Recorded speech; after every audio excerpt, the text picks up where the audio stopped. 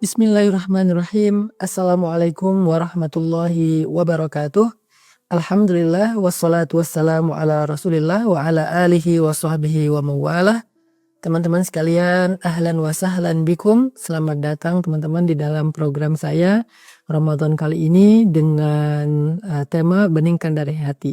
Nah, Beningkan dari Hati ini adalah sebuah tema dari program Ramadan Series yang saya udah share di dalam akun IG saya setiap hari, dan nanti beberapa tema dari yang saya share di IG itu akan kita bahas juga secara lebih dalam dan lebih panjang di akun YouTube. Nah, hari ini untuk tema pertama dari 8 tema yang akan saya share di YouTube dalam kajian Beningkan dari Hati, saya akan bahas tentang sholat. Karena Ramadan itu salah satu di antara ibadah yang dilatih itu adalah sholat. Selain puasa, sejak imsak sampai maghrib, bulan Ramadan kita juga sangat akrab dengan yang namanya tarawih. Di mana kita belajar melakukan ibadah sunnah setelah sholat Isya dengan jumlah rakaat yang lebih banyak dari biasanya.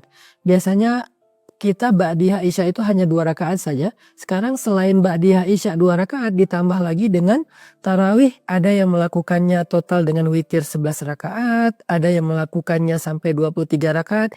Intinya lebih banyak daripada malam-malam biasanya. Sehingga kita perlu membahas hikmah di balik sholat ini dan apa hubungannya antara sholat dengan tazkiyatun nafs, membersihkan jiwa dan membeningkan hati kita. Teman-teman yang dirahmati Allah Subhanahu wa Ta'ala, suatu ketika saat Nabi sedang lelah, sedang capek, sedang banyak kerjaan, sedang sibuk, Nabi SAW memanggil Bilal bin Rabah, muazzinnya Rasulullah SAW. Nabi berkata kepada Bilal, "Ya Bilal, arihna bis sholah." Wahai Bilal, istirahatkan kami dengan sholat. Kalimat ini singkat tetapi dalam banget maksudnya. Nabi bisa aja bilang ke Bilal, "Wahai Bilal, kumandangkan azan. Wahai Bilal, panggillah orang untuk sholat."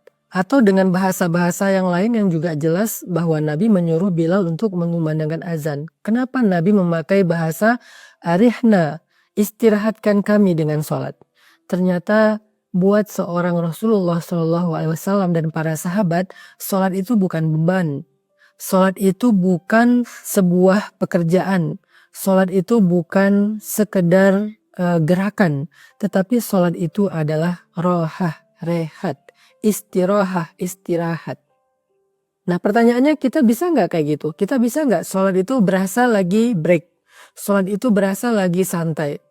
Sholat itu rasanya senyaman nongkrong, senyaman main game, senyaman nonton TV, senyaman nge-HP gitu. Bisa nggak sholat menjadi rehat bagi kita? Itulah kenapa di dalam bulan Ramadan kita disyariatkan untuk melakukan satu jenis ibadah sholat yang disebut dengan sholat istirahat, yaitu sholatut tarawih. Sehingga dalam bahasa Indonesia, tarawih itu artinya istirahat. Di bulan Ramadan kita sedang dilatih gimana menjadikan sholat sebagai istirahat seperti yang Nabi lakukan bersama dengan para sahabat. Arihna bis sholah wahai Bilal. Wahai Bilal, istirahatkan kami dengan sholat. Karena banyak dari kita pulang tarawih itu istirahat. Padahal tarawih itu sendiri adalah sebuah istirahat. Berarti kalau kita pulang tarawih masih butuh waktu istirahat, itu artinya sholat kita nggak istirahat, bukan tarawih. Apalagi yang pulang tarawih itu berkeringat sampai basah bajunya, berarti dia bukan lagi sholat istirahat, bukan lagi sholat tarawih, tetapi dia lagi treadmill mungkin, atau lagi olahraga mungkin, atau lagi sempatkan berkeringat mungkin, bukan lagi tarawih. Nah, sekarang kita pengen belajar gimana caranya sholatuna hiya rohah, sholat kita menjadi istirahat bagi kita seperti Nabi dan para sahabat. Apa rahasianya biar sholat kita bisa menjadi rohatun nafs, rehat bagi jiwa? Pernah nggak jiwa kita ngerasa lelah, maka istirahatnya dengan sholat?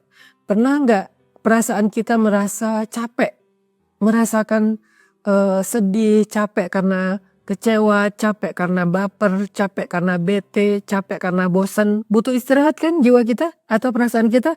Harusnya istirahat jiwa itu adalah sholat. Karena ketika Nabi dalam keadaan capek, dihina, dimusuhi, ditentang, diperangi oleh orang-orang kafir Quraisy, Nabi pulang ke rumah pengen tidur karena Nabi pikir tidur itu bisa jadi healing, makanya Nabi tidur di rumahnya.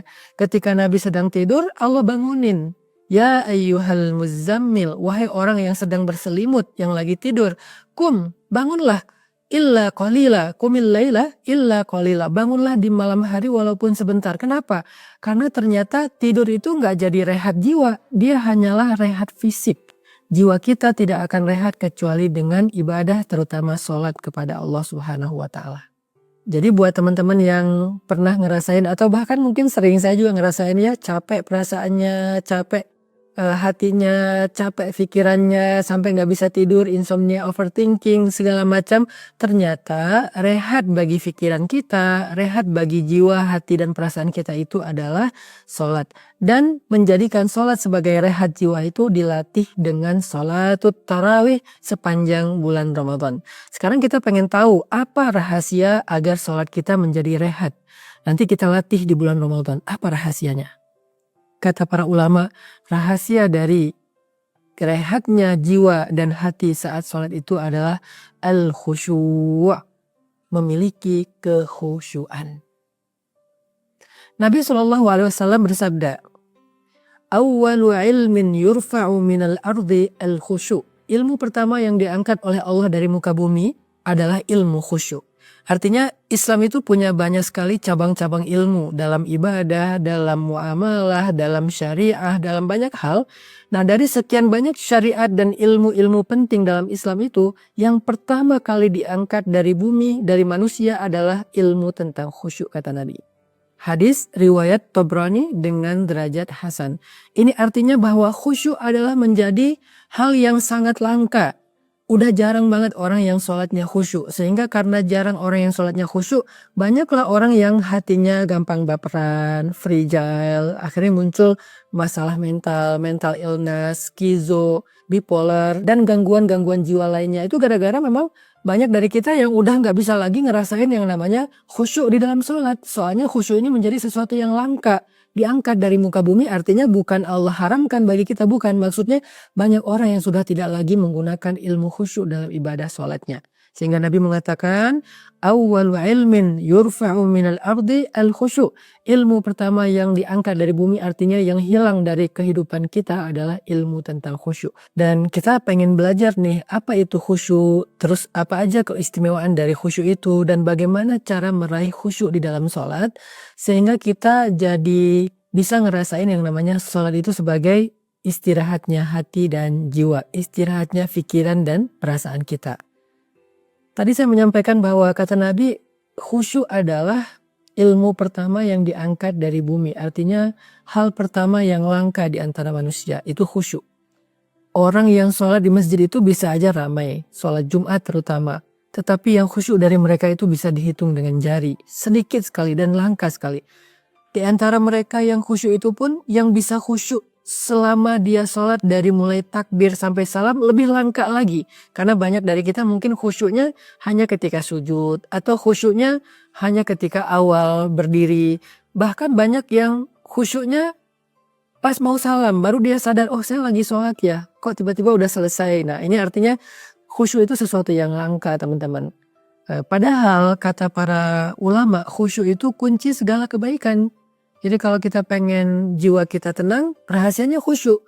Kalau kita pengen Allah menolong kita dalam segala urusan, rahasianya khusyuk.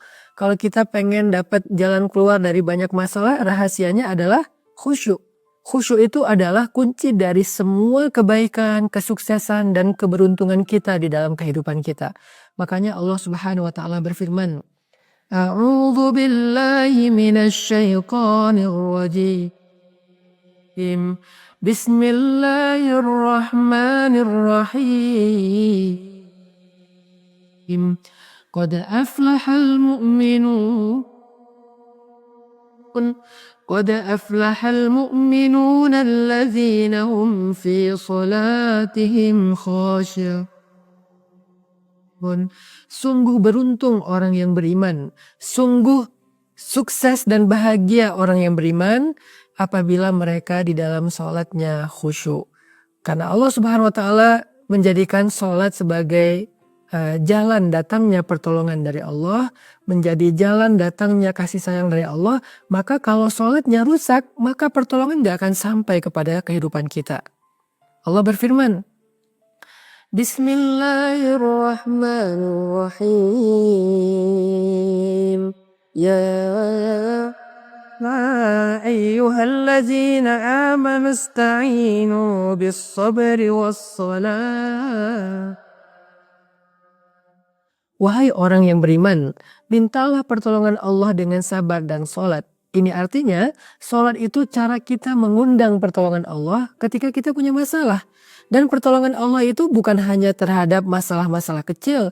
Kita bisa banget mengundang pertolongan Allah terhadap masalah yang paling besar dalam kehidupan kita. Pernikahan diambang perceraian, anak sakit keras, kita hampir dipecat dari pekerjaan, bisnis kita ditipu orang, banyak masalah besar yang kita alami, kita undang pertolongan Allah dengan sholat.